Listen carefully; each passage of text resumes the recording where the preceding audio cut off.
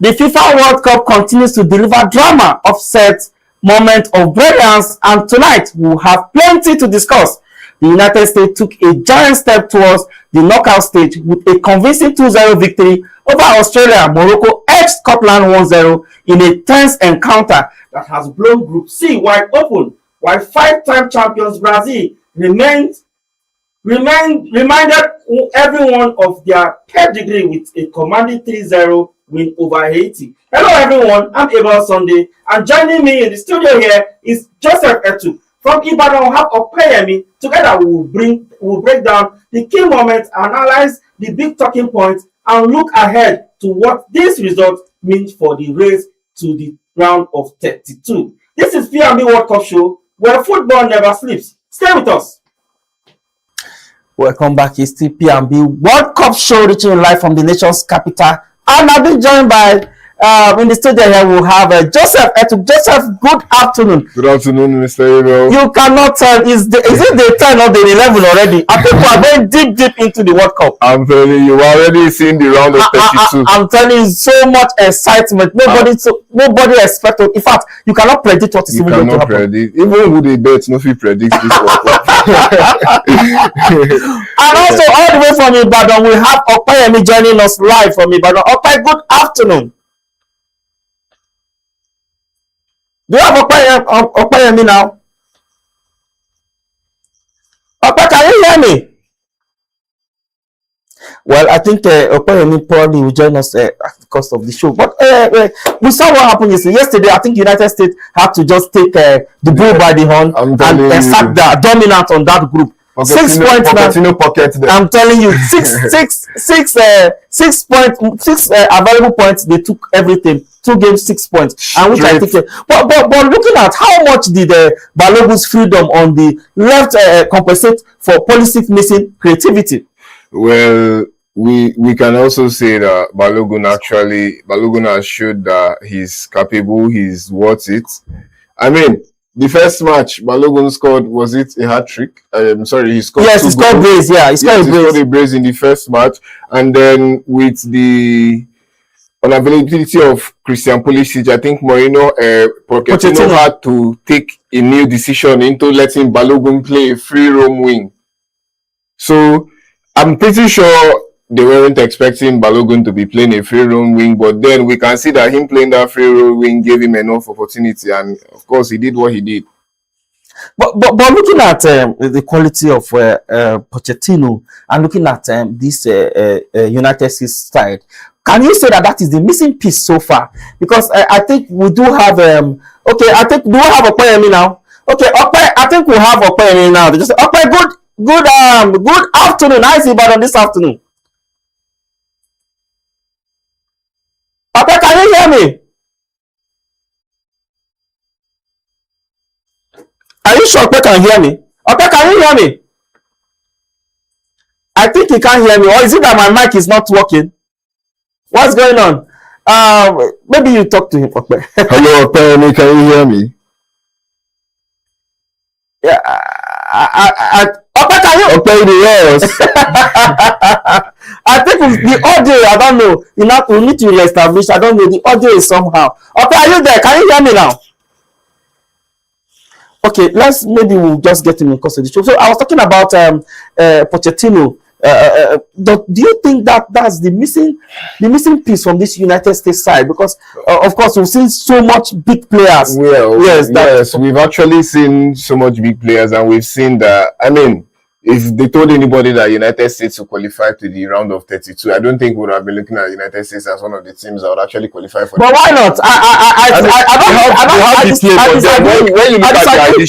When you look at their history, they haven't really been that World Cup team. Yes, they haven't really been that World Cup team. But then bringing in Pochettino and already making it to the round of 32, I mean, I'm very sure Pochettino. But if you say they're not that World Cup team, I don't think I will agree with you. But talking about that, they are not a team or a title contender. Fine, I think I will agree with you. But when you say they are not a World Cup team, I don't think I will agree, because USA, come on, they've appeared countless time in the World Cup. They've qualified for that, and even in that region, they show their dominance somehow. So I don't think you will say they are not. I will not agree with that statement. The thing is, I would say yes, the female team is better. Yes, exactly. That superpower, yes, for female, yes, that world power rather for female. But the United States team, I think they're a decent side. I think the only thing that was missing from that team was probably the technical area, where I don't have a good coach that is good. But right now, having somebody of the pedigree of Pochettino, I think they're going to excel there. But you saw what happened, how he was able to trick his team somehow. I mean, they were really organized, even without their captain. Pulisic. Yes. They were actually really organized, and they really took gain from the own goal, the first goal, and they really made sure they didn't slack. They actually, like you said, they took the bull by the horn and actually won the game. But do you think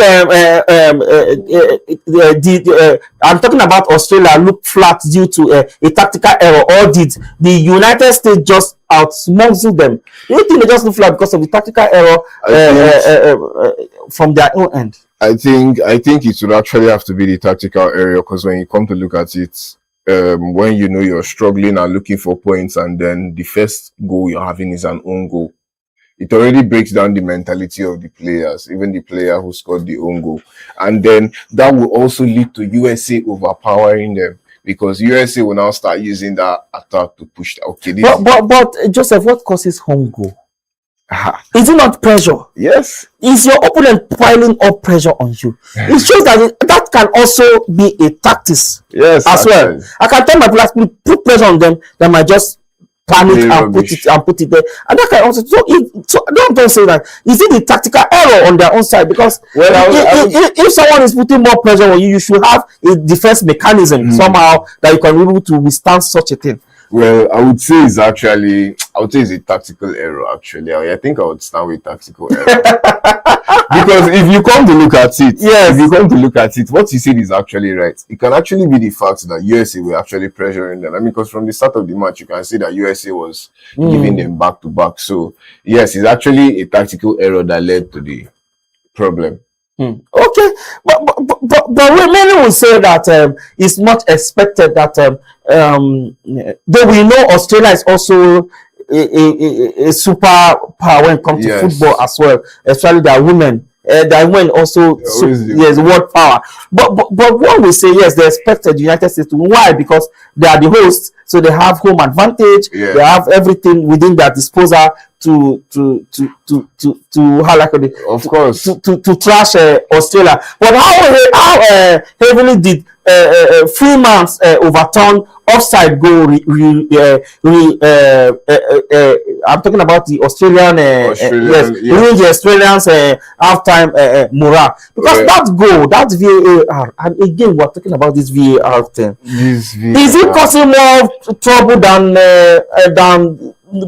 ever? Because I think the football of before because I'll call the VAR of the Gen Z football. So this that one. I mean, actually, so I think I'll call the VAR the Gen Z football, because before the Gen Z football, I think the football is normal, is sweet, because this human error factor, it spices up the whole thing. I would actually say because that I can sneakily enter the 18-yard box, just do 1, 2, or 3, try to play tricks with the referee. The referee might just give me what you can't compare football of those days to football of now. If you like, there's this nostalgic feeling. They're taking the whole this thing out of it. Yes, they are making football more technical now, and I would actually say so too. But this is spoiling the fun of football. But this VAR thing, sometimes he predicts wrongly, or I will not say predict. Sometimes he will bring out a result wrongly. Sometimes he will bring out the right. So you see, the standard is like it's double standard. There are some games that you see the VAR, even when VAR comes, you say, okay, no, it's overturned. It's overturned. Do you get? So I think, and Wisdom was saying something the other time. I think that was last week. He said he thinks that the referee need to do more, because they never need to take charge of them, because there are some calls where VAR will now go back. The referee will say no. We say no. His own stand. Do you understand? So I think the referee need to also take charge of those, because it's not looking like the referee doesn't have power. Anything that VAR says. Referee do have power. Referee do have power. Who say referee does not have power? Referee do have power, but I think they just want to play safe, so that when you say VAR, so they can push the blame. VAR said this, so let's just give it to VAR. This is what we're. But did Popovic make a mistake by keeping his most energetic attacker on the bench? Yeah, actually.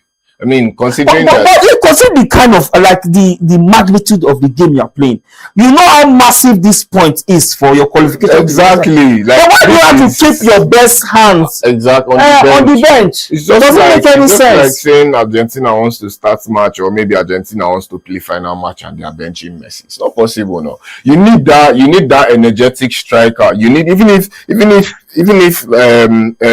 the defense is really weak, that striker alone, who knows what if he would have scored a goal? So not starting their energetic striker was actually one of also their tactical errors too. I feel like him starting the match would have given them more boost, considering the fact that they needed that 3 points. But you know, I find it very disturbingly funny when a coach will say, okay, no, it's my pattern. Let me keep my good this player on the bench. Second half, I will introduce them. Let them read the game. What if that first half you are keeping them? They are bashing by 5 goals. Do you understand already? Then you now bring them to come and perform magic. Second half. So why don't you? For me, I'm not a coach, so I would not know what. Maybe the way we view the game will be different. Yeah. But I feel, for me, put everything you have to put. In fact, leave them today. If you want to die, they should die there. Stay there and make sure you serve your purpose. Yes, stay there and make sure you win the game. Simple. They are not a coach, so from their own tactical angle, they will tell you that, okay, some of them was okay, let me put this one here. When we watch the game, he would now come in, and sometimes it works for them. But putting in such a game, like we rightly said, putting your best player on the bench, I think everybody should be on the pitch playing. For me, I think that's the best thing to do. Everybody should be on the pitch to play. But with the round of 32 secured, should Pochettino rest his stars, or what, or he should chase or do you want him to chase form? I think. But if you were Pochettino, now you know you've qualified for round of 32. Yes. Not today. You don't, even if you lose your next game, it doesn't matter. Yes. But would you want to maybe rest your stars and use the ones that I think well, if I was Pochettino, I wouldn't still want to look like I'm a loser, because in the face of the media and as a host country also, you wouldn't want to look like you're resting your main players so that you're keeping it for the World Cup and then you're still losing your friendly match. So rather, I think that, okay, maybe if we're having a match today, you will rest like 2 to 3 people, and then you would also like change it, swap the stars, not really keep them together. You get? So you can start a match with, let's say, like 3 of your best players with the remaining teams, just so that the remaining players that are there will also have experience. You understand? You can do that, or maybe you start with 1 player, or you rotate your star players. You can understand? I would also rotate. I mean, it also helps them keep form too. I wouldn't really overwork them on the field. You understand? So that's what I would do if I were Pochettino. Okay, I think it's time for us to go for a short break. When we come back, definitely we'll move over to Morocco's game. Morocco and what Morocco did all over. I think another African country has won. The first one was, I think it was Ivory Coast that won 1-0. Morocco won yesterday 1-0 again. So I think our African brothers are doing so well. But don't go anywhere with that. KCPMB World Cup show reaching live from the nation's capital. And this is a show that will tell you everything in preview about all what has happened in the World Cup game. Because of the time zone, that most of those games are played midnight. And we may be sleeping, but that is why this show is designed for us to give a preview. I'm here to tell you what happened. So you can sleeping. Yes, I want you to tell you what really happened at night when you were sleeping. But let's move to the Scotland and Morocco game. I think after 71st, I think 71 seconds blunder. I just like to you are trying to settle in a game, and before you know it, Saliba is doing his thing. Before you know it, but can you say this is just Morocco were just being lucky? I'll not say look. We know Morocco has always been qualifying for World Cup, and it's not even as if it's their first time of. It's not their first time, but this is luck. That's what I'm saying. Yes, now even if they qualify all the World Cup, are you saying that they should not have, they cannot be lucky at a point? Actually, even them qualifying for all the World Cup, it might be also being lucky. Yes, they must always say they are being lucky to qualify for all the World Cup as well. So having 72nd goal, and that's I think that's another big mistake from Scotland, and this one will also put them in a very tight position for them to qualify to the next round stage. Yes, round of 32. Because looking at Morocco having 3 points now, I think 4 points. 4 points. They drew with Brazil. Brazil also have 4 points. I think Scotland is in third position. Yes. While Haiti is last. Haiti is already out. Yes, we know. But I think Scotland have 3 points as well. Yes. Because I think they won Haiti their first game. But looking at how the table is, do you say Morocco is more comfortable now? I think a draw for their next game will also do. A draw will take them through. Yeah. But who are they facing next? They are playing Haiti next. So a draw against Haiti, that's so obvious though. Those underdogs, those are the guys that can even do the spoiler for you. Those are the guys that yes, so those are the guys that but did the referee completely rob Scotland by refusing to give Issa Diop a red card? I would because in that game, because we've seen so many controversies about this whole officiating thing, especially this World Cup. Look at the one of Messi. Yes. That stand that guy with his leg. Do you get? That is a straight red card. If you compare what happened to with the one of South Africa, I don't even think South Africa will even deserve. It's not even the. If you want to compare the two, do you understand? But look at what Messi. Okay, because of the name, no problem. I think who did that again? There's a player, but they still did not. But look at. Do you think that this one deserves? I would actually say Diop deserves the red card. I won't lie. That was a very, very, very wrong tackle. Like, it was very obvious. And that would have changed the complexity of course. I mean, Scotland could have come back.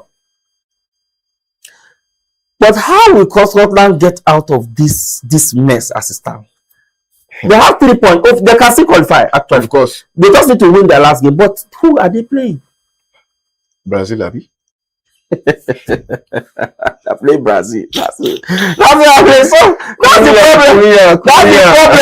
They are playing Brazil. So that's the problem. Because the team that they are playing next is almost 5-time world champion. When you want to look at their history, it's pressure. 5-time world champion. You know, nobody have won the World Cup more than them. They are the first. And they've qualified for every edition of the World Cup. All editions. So they are the only nations that for now let me say that one of the nations, let me say only one of the nations that qualified for every World Cup. I stand to be corrected though, whether they are the only one that have qualified. But looking at them, how do you think the Scotland we set up their team, or how would they approach the Brazilian game? Well, I think that's actually a very nice question to ask, because seeing that they actually need this win, I think they will play more of an offensive game. They would want to actually put pressure and try to win the game, or probably score 1 goal and lock down their defense, knowing that, okay, it's still possible for Brazil to qualify, but they need that 3 points. So they would be looking for more of a win. They wouldn't even be looking for how to draw with Brazil. So but it's quite interesting if you see that table. We have Brazil top 4 points plus 3 goals. We have Morocco second plus 1 goal, 4 points too. Yes. Then we have Scotland 3 points. Yes, I think 3 points. I don't know how many goals, but 3 points. Then we have Haiti 0. 2 goals or 3 goals. Yeah. I don't think it's they lost to Morocco 1-0 now. Yes. So no goal. So it's no goal. Yes. Their goal have cancelled the one they used to beat. So no goal, but 3 points. So, but looking at this table, if Scotland drew with Brazil, that takes them to 4 points. Yes. It takes them for no goal. Because whatever, if they are going to draw, even if they score 2-2, the goals will cancel each other. So why is it draw? So that's why they need a win actually, because if they draw, I think Brazil will still go ahead. Why? Because of goals, yes, superiority. They will go ahead because they have +3 now. Why Morocco have 1 + 1 goal? Let's even assume Morocco and Haiti drew. So it will take Morocco to 5 points. Yes. It will take Brazil to 5 points. 5 points. You see, so I think they just have to win. Yeah, but I think if they draw, it can also put them in a very good position for the best loser. But the goals, that's where the problem is, because they don't have any. They don't have any goals. That's where the problem. So they just need to win and see how they'll put themselves to at this. How can Scotland expect to advance when they fail to register a single shot on target? And this is what we're trying to say. How can they advance? Very sad. That was sad actually. It was sad to see. So Scotland actually had no shot on target. On target against Morocco. I'm telling you. Against Morocco, which makes me question the fact if they will actually even be able to still beat the Brazil. Because against Morocco, the backdoor African champions. Because I still do not see them as African champions, because you cannot use backdoor to go and I've never seen such a thing before. They say anything that cannot happen. What does not what doesn't happen on the field? No, there's the way they say that what God cannot do does not exist. What Africans cannot do does not exist. I'm telling you. What Africa cannot do does not exist, because I think everything is possible in this Africa. Yes, there's nothing that is not everything is just possible in Africa. And it speaks a lot of volume, honestly. It speaks a lot of volume if you look at that. But the Atlas Lions faded heavily in the second half. Is their high press sustainable? Yes, I would actually say. Do you think so? Because if they are meeting a team like they're playing Haiti next. So if they're playing Haiti, okay, let's say they have superior. But wait forward, let's look at even if they go out of the group stage. Okay. This high press, can they sustain it? Because some things will just sit back and allow you to press. When you press, you get tired. Second half, they'll just push you away, and then you will have no legs to even play any of this defense. But with this high press, do you think it's sustainable? I think, their high press is, let me think like the coach. Maybe he would be doing it more of when he has important matches. Because as we can see, it's not like Morocco started off facing 2 small teams. Morocco started off facing 2 big teams. Playing Brazil as your first match, we all know that you wouldn't want to play a restful game, knowing that you're playing a team full of Samba boys. You'll also want your boys to press back so that there will be a more of a attack formation. So considering that, okay, they've drew Brazil. Now in Scotland we are playing. Obviously, they want to have that 3 points so that we know that, okay, yes, we have 4 points. We're on top. They would also want to play a high sustainable game so that they will be fighting back to back. And then when it's now Haiti, I wouldn't expect them to use a high sustainable. I wouldn't even be surprised if they are using their second team to play Haiti. But I don't know if you understand what I mean. It's more of like when they are playing a big game, they need that sustainability.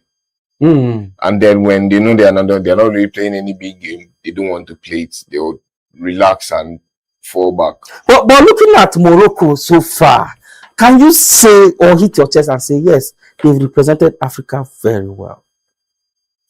Actually, I mean they haven't lost any match so far. Yes, true. But already we all know they are going to qualify for the round. No. What if Haiti just come from nowhere and beat them 3-0?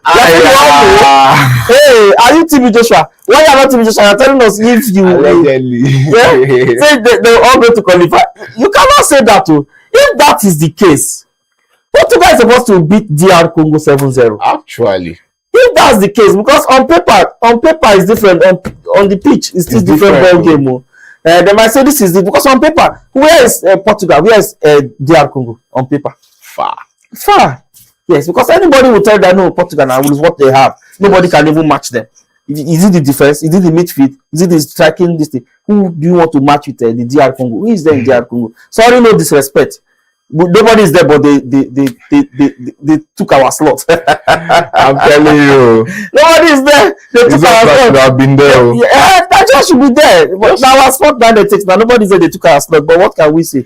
But looking at the Morocco, my own opinion, I think Morocco has actually performed so well. Yes. I think they've represented Africa's very well. You see Morocco, you see even Ghana. Ghana won their last game. Yes. Ghana, then Ivory Coast. I think those are the teams I think they did. Even Senegal. I don't think the 3-1 loss defeat to France is even a bad one. Senegal did so well. They played so well. France. First half, it's just that they were not clinical. Yes. That was even why we're even having this conversation. Because if they were clinical, it could have been a different story. Yeah, it would have been a different story. But because they were not clinical, that's why I was saying. But I think the African representative, even down to Cape Verde, Cape Verde can get a point in their first appearance. They have a point against who? Spain. They drew Spain. 0-0. Yes, we can't score. You cannot score. That's what they told Spain. And you could see, so I think the African countries, they do so well, except even the South Africa we're talking about, they still did not do so badly. Actually. Yes, except Tunisia that lost 5-1. 5-1. Then Algeria that also lost, I think 3-0 to Argentina. Yes, except Algeria that lost 3-0 to Argentina. Apart from that, I think the African countries, they've done so well in this World Cup so far. Okay, it's time for us to go on a short break. But when we return, we'll take our last game, which is Brazil versus Haiti, and we'll be telling you everything that you need to know about that game and how the we were able to Brazil were able to salvage their own, and many people predicted that Brazil is going to win, so they did not disappoint. Actually, I know a lot of people that bet they will say Brazil had to. Even look at what happened to is it Spain? Yes, because Spain against Cape Verde. Even if you want to bet, you will say it's Spain that's going to win. Like Spain obviously. Spain had to cut it. And Portugal versus how they call versus Congo. Everybody, I think they say somebody even Ahmed was saying it that somebody put is it $1 million saying that Portugal is going to win. Portugal is going to win. That Portugal is going to win. So but unfortunately Portugal did not win. But I think we'll have Ope back. Ope, good afternoon.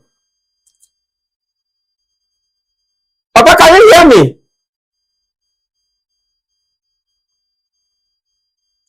Can you hear me now, Ope? Can you hear me? Okay, I think let's go on a short break and probably we'll get we'll try to establish the audio. But it's time for us to go on a short break. When we come back, we're talking about Brazil and Haiti. Don't go anywhere, we'll be right back. We're bringing you the biggest headlines, match analysis, and expert analysis from the world of sport. Unbelievable! It's Rodri! Manchester City on their way! From football to basketball to athletics, from outdoor sports to indoor sports, we all got you covered. Stay with us as we break down the latest results And as we dive into the major sports stories making waves globally and locally. taken it!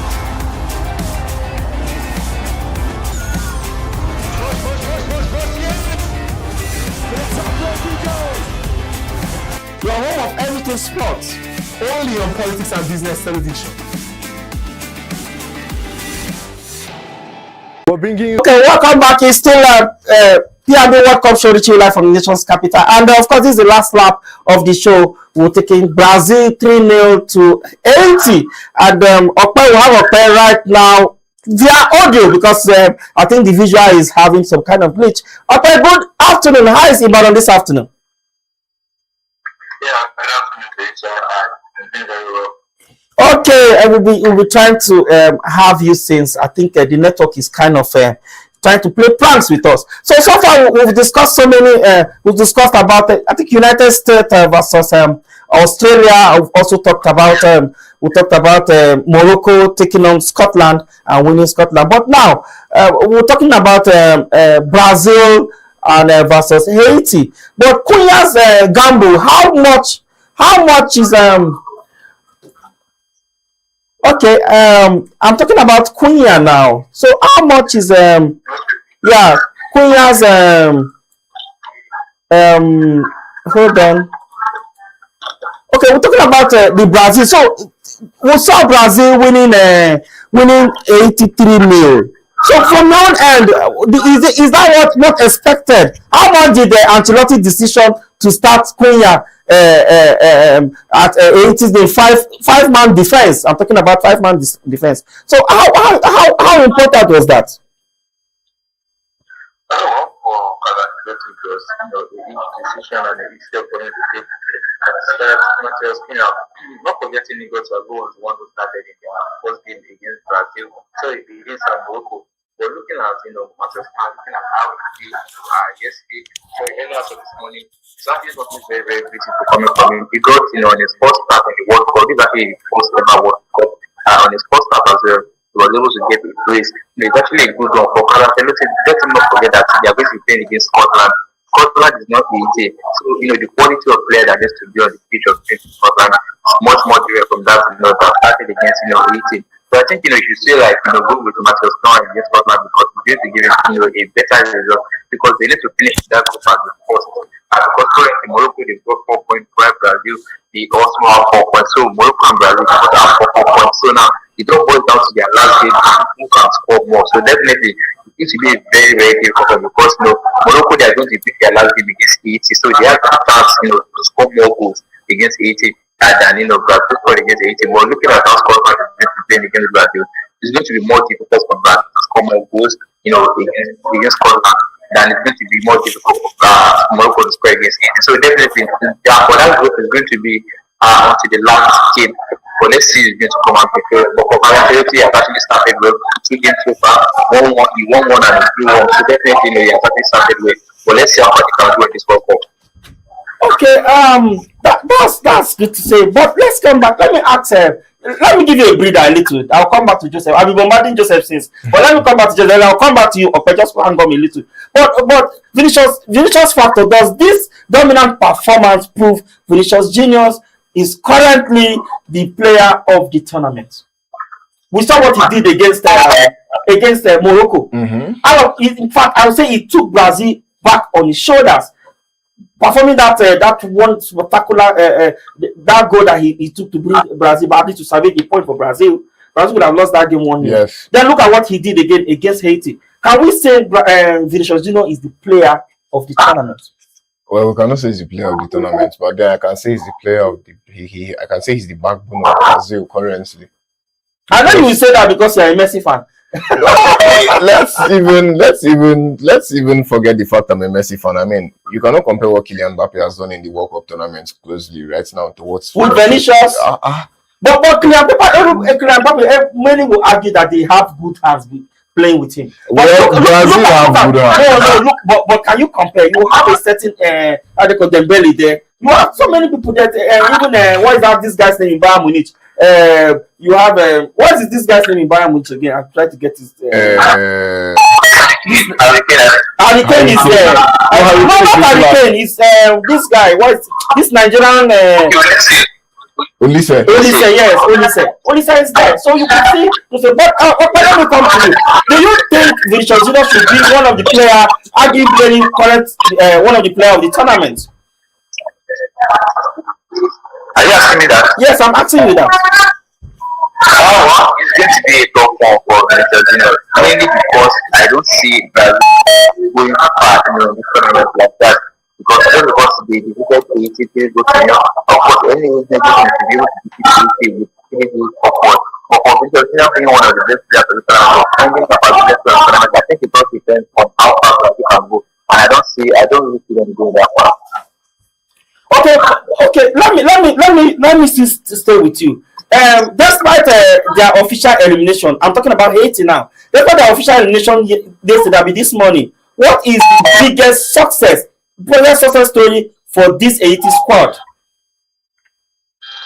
I think that the biggest success for them is the fact that some of their players a bigger move because it's going to be very difficult for Haiti because some of their players it's going to be difficult for them because they did not end this tournament as they would love to end, so they just have to be hopeful that they get to see more players who's going to perform better for them as their next upcoming tournament, because at this tournament now they lost their first 2 games, so definitely it's something very difficult. But hopefully this guy that plays at what's it called at Wolverhampton Wanderers, Belgrade, so he was their number 10, so he definitely has to be better in the next upcoming tournament, and also some other players they just have to step up and also look for other players of different origin, so they could help them in their next upcoming tournaments. Okay, let's talk about Refina's hamstring injury now. If Refina misses significant time, who steps into Brazil's front 3 next? Who do you think will step in? So you mean Neymar? I'm talking about Refina. Okay, Rafinha. For Rafinha, I don't think he has not really impressed me so far in this tournament.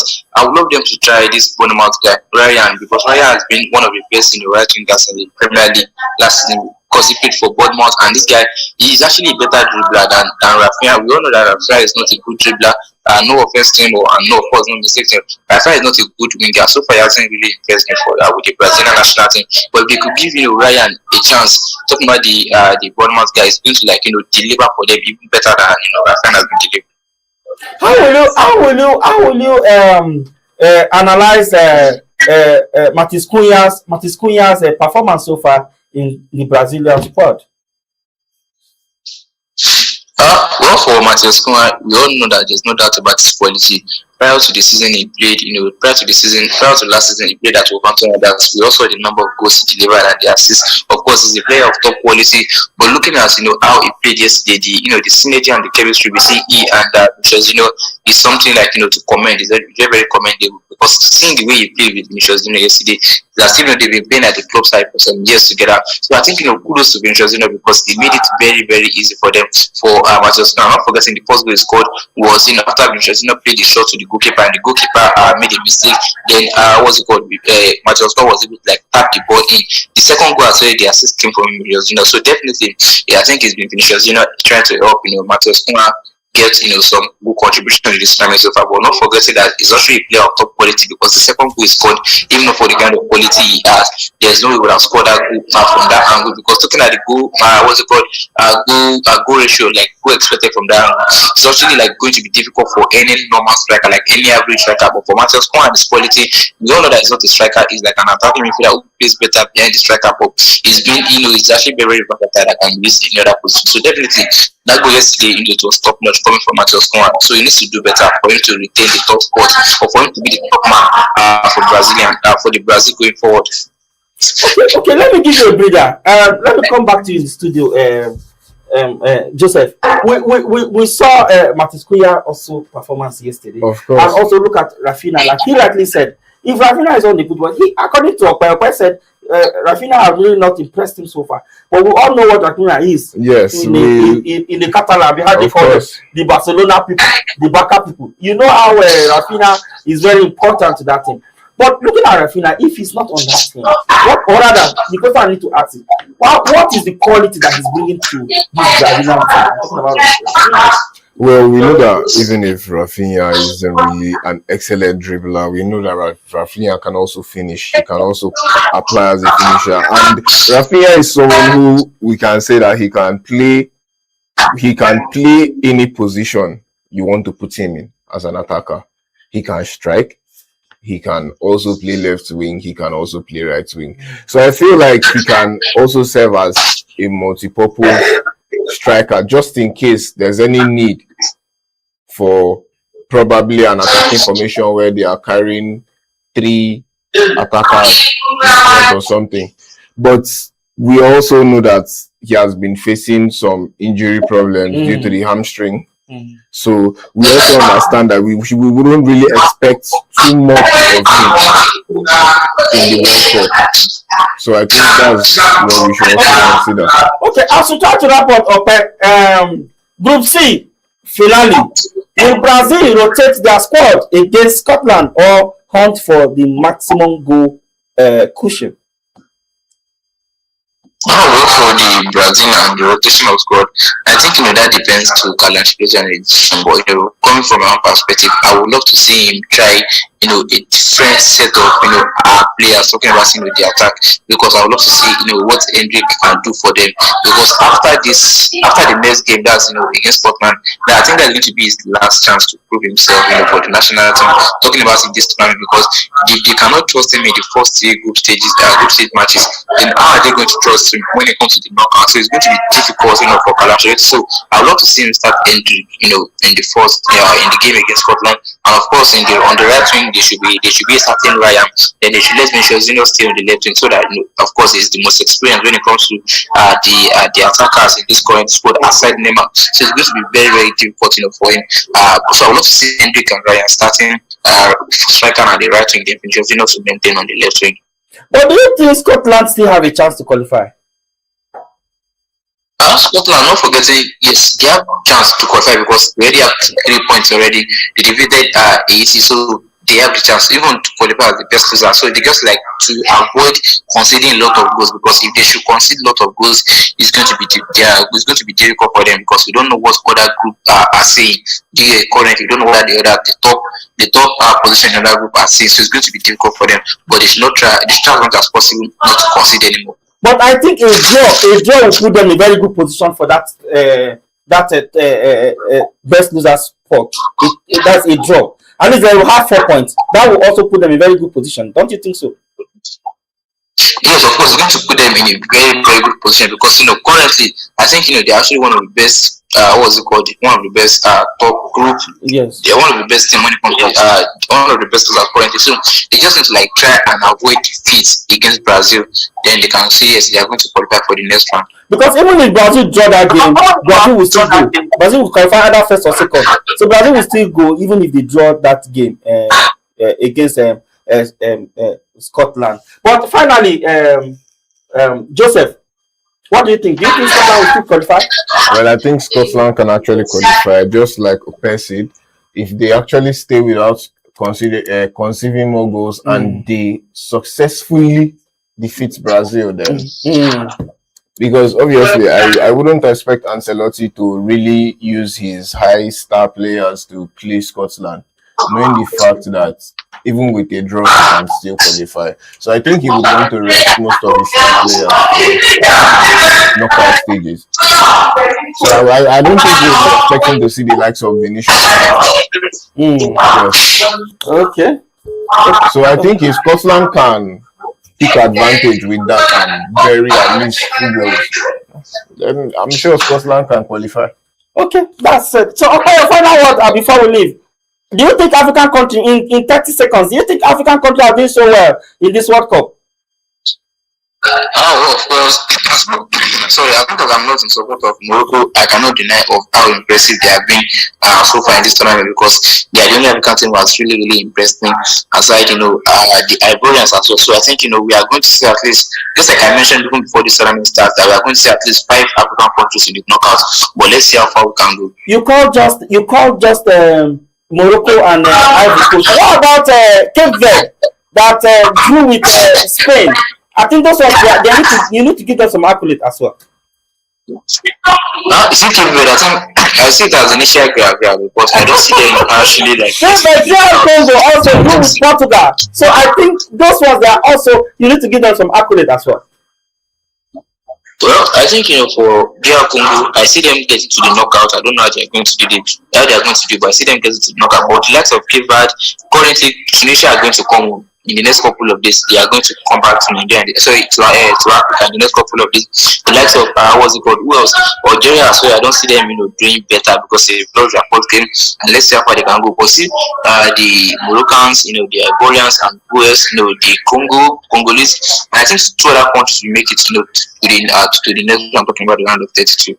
Okay, like Senegal. I think Senegal can also do something. It's possible. Senegal. Yes. I forgot to mention that as well. It's Senegal. Okay, thank you so much, okay. Thank you so much, Joseph, for doing this with me today again. Okay, I hope I'm going to see you tomorrow because you have to be on this show tomorrow by 4. Hope I'm going to see you tomorrow. Tell our viewers now so that I can hold you responsible. I will just save this clip now. Make I get your promise. Hope I'll see you tomorrow by 4. I will try. But I'm not promising I will try. Okay, it's time to place it. He says he's going to try. Alright, and that's all we have for you on this edition of the PNB World Cup show. A big thank you to my guest, Joseph Etuk and Opeyemi, all the way from Ibadan, and to everyone who joined us. The FIFA World Cup continues to serve us thrill, surprises, and unforgettable moments, and we will be here to bring you all the analysis and talking points. I'm Abel Sunday. Until next time, keep enjoying the beautiful game, stay passionate, and remember, football unites the world.